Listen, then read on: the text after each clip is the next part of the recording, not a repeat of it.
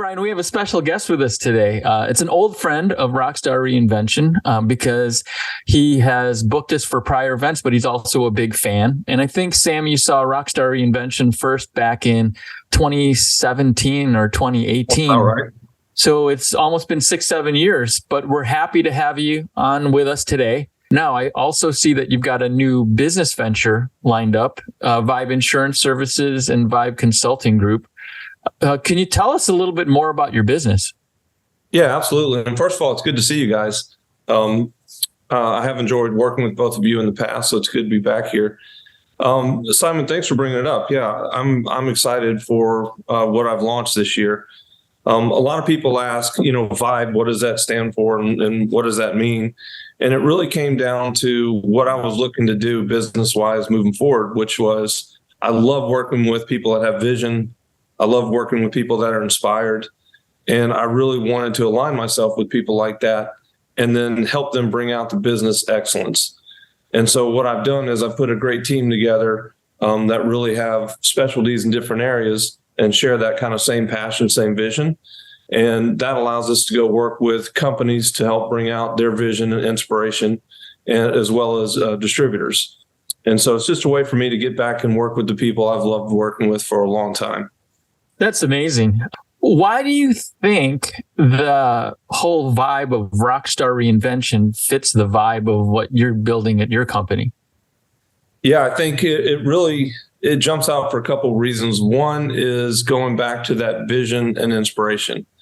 And I think as you sit through some of these and get to experience them, you'll see that, number one, you see a vision out there that Brian's laid out, which I think is important. He's obviously inspired. And Simon, I think you guys working together have really packaged it to show how you can bring out the business excellence in that. So how can you take an inspirational thing that's very entertaining, but also have a great business message? And so to me, that was powerful.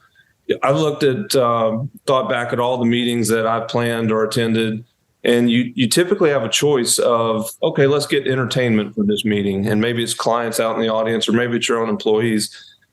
Well, maybe not just pure entertainment. Maybe we want inspiration. Or then you go to the third wheel, which is maybe we just want a business lecture. Just let's pick a topic about business.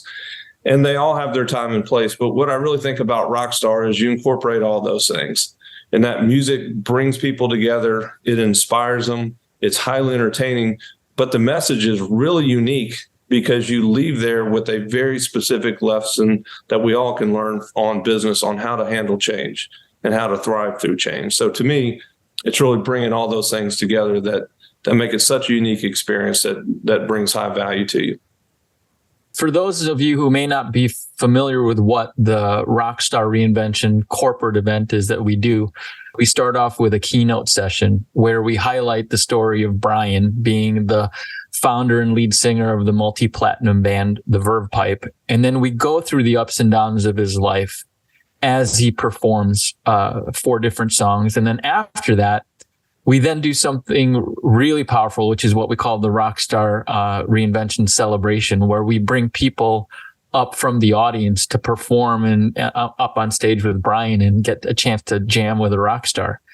So we are able to really go into the depths of what that is all about, what the trials and tribulations were that Brian went through, and then celebrate after the fact how he was able to overcome that. But Brian is very vulnerable when he talks about this. So, Absolutely. Brian, why did you decide to share your story? Oh, because I think it's a good story, and I think worth telling. Music is the.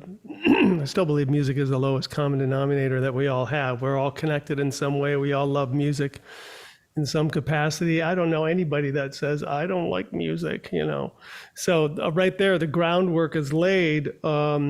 And telling the story of the band, the fact that we had a #1 hit song in 1997 and we failed to follow that up, but we're still able to go out and make a living as musicians, I think that's what motivates people, especially when the climate for musicians is so terrible right now. and being able to pivot and move and bob and weave our way through, the changes in the music industry. I think all that is applicable to any business, especially the financial sector. It seemed to resonate more than anywhere. Why do you think it resonates so strongly with the audience? Well, because there are a couple reasons. I think the message resonates because everybody has to go through some sort of change at some point with what they're doing. If they're in a long-term relationship with their work, that's always going to happen, no matter what work you work in. But I think what people walk away or take away from it the most probably is the music. I mean, I feel like they've seen something different that they don't normally see at their corporate functions, and I think that's what makes this extra special. I think most corporate keynotes, you can walk away with, a message and the moral of this story kind of thing. But when you combine it with music, just like in a movie, when you see a movie without the music is not the same movie. You know what I mean? You put the music in there and suddenly you're feeling feelings that you didn't know you had, and I feel like that's also what makes this highly relatable presentation. I can tell you from sitting in the audience that is the reaction, because I sat through it for my first time, right? And then I've seen it numerous times in very different, events and different folks watching it. But what jumped out first was, as Brian said, the music. So first of all, who doesn't like music? Who doesn't like seeing a talented person who loves to perform? That's great. The business side of it that really snuck up on me and was the punchline at the end is, as Brian mentioned, which is we all experience change. And every year you're in business, something is going to happen that you don't expect. And probably you're going to view it at first as negative because you hadn't planned on it. So, now I've got to figure something out here. I've always looked at that as the monster. When something jumps up, you don't want to deal with it. It's a problem. But to move forward, you're going to have to figure it out. So you can run from it, but that's not going to solve the problem. You can hide. That's not going to solve the problem. So my goal is always to hug it. I tell people, you just got to figure it out. Go hug the monster.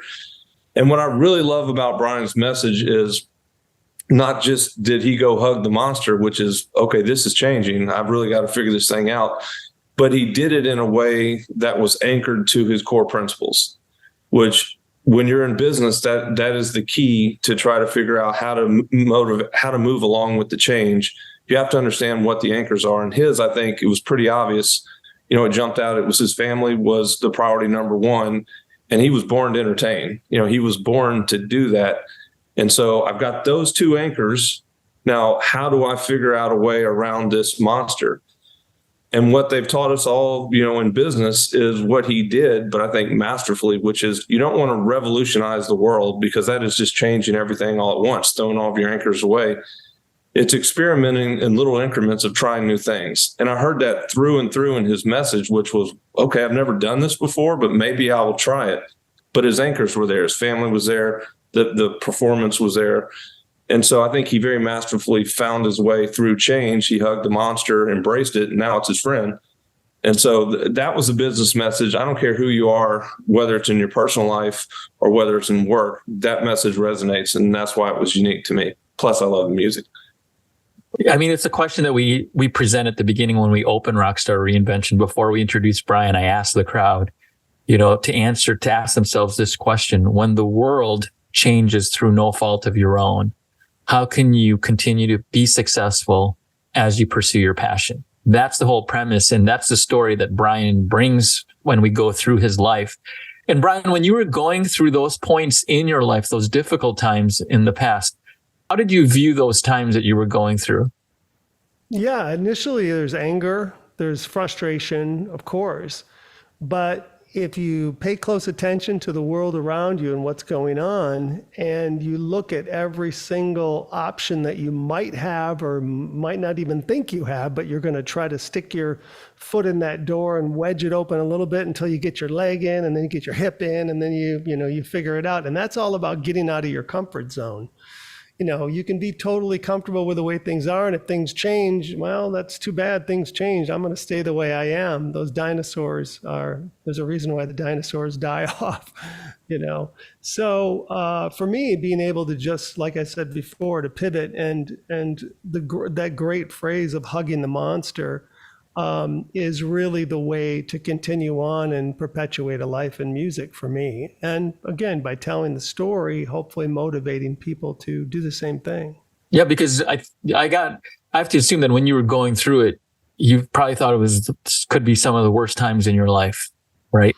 Sure. But now when you look back on it, how do you view those times in your life? Well, I see that it was serendipitous that things happened, that things happened the way they did. Now I realize, had things not happened the way they did, had we been a hugely successful, listen, everybody loves huge success, but would I even be the same person? Had we been hugely successful, I would not have met my wife and had 3 amazing kids, you just don't know. So there's, if it happens to the right person, or even the wrong person who's willing to open themselves up to change and to pivoting and to hugging the monster, you're going to find yourself on the other side where your life may be a little different, but you're gaining success.